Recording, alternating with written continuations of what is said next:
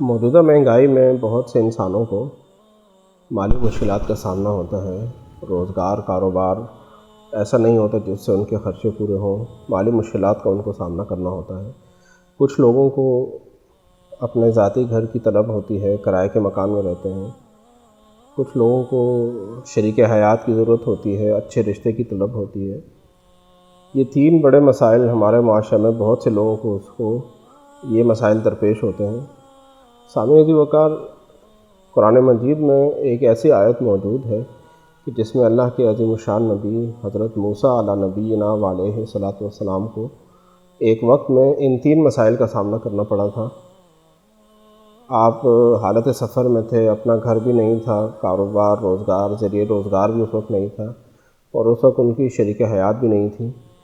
تو ان تین مسائل کا ان کو سامنا کرنا پڑا۔ حضرت موسیٰ علیہ السلام نے جن الفاظ سے دعا کی اور اللہ کریم نے پھر وہ تینوں ضروریات ان کی پوری کی، تینوں حاجات ان کی پوری ہوئی، وہ الفاظ سورہ قصص میں اللہ کریم نے ان الفاظ میں نقل فرمائے ہیں: رب انی لما انزلت الی من خیر فقیر۔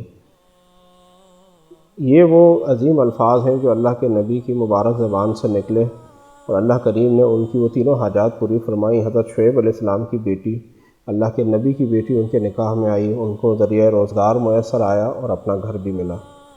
تو میرے جو بھائی جو بہنیں ان تین مسائل میں سے کسی بھی مسئلے سے اور کوئی سا بھی مسئلہ ان کو درپیش ہے، یا تینوں مسائل درپیش ہیں یا ایک یا دو، تو وہ میرے بہن بھائی یہ وظیفہ پڑھ سکتے ہیں۔ بہترین وقت وظیفے پڑھنے کا وہ یہ ہے کہ جب نماز میں آپ آخری قاعدے میں تشہد پڑھ لیں، درود پاک پڑھ لیں، درود ابراہیمی، اس کے بعد جو دعا پڑھتے ہیں تو اس میں یہ دعا پڑھا کریں۔ اس کے علاوہ صلاۃ حاجت پڑھیں، تہجد کے وقت اٹھیں، صلاۃ حاجت پڑھیں۔ صلاۃ حاجت میں آپ نفل میں سجدے کے دوران بھی دعا مانگ سکتے ہیں۔ سجدے کی حالت میں انسان اللہ کریم کے بہت قریب ہوتا ہے، اس وقت بھی آپ سجدے کی حالت میں یہ دعا مانگ سکتے ہیں۔ یہ دعا سجدے کی حالت میں پڑھیں۔ اس کے علاوہ ہر نماز کے بعد بھی آپ اپنی عادت بنا لیں کہ جب تک یہ تین مسائل آپ کے حل نہ ہوں تو آپ 11 بار ہر نماز کے بعد یہ پڑھا کریں۔ میرا ذاتی تجربہ ہے، بہت سے لوگوں کو میں نے یہ وظیفہ بتایا ہے، اللہ کریم نے کرم فرمایا ہے اور بہت سے لوگوں کی یہ تین مسائل حل ہوئے ہیں۔ آپ بھی یہ وظیفہ اپنا معمول بنا لیں، نماز کے اندر قاعدہ آخرہ میں بھی پڑھیں اور صلاۃ حاجت پڑھیں، نفل پڑھیں، اس میں سجدے کی حالت میں بھی پڑھیں، اور تہجد کے ٹائم اٹھ کر اگر پڑھ سکتے ہیں تو بہت اچھی بات ہے۔ اس کے علاوہ نماز کے باہر بھی جب بھی دعا مانگیں تو یہ وظیفہ پڑھ کے دعا مانگیں، اور اگر ہو سکے تو قرآن مجید کی سورہ قصص میں یہ آیات نکال کر اس کی تفسیر پڑھیں۔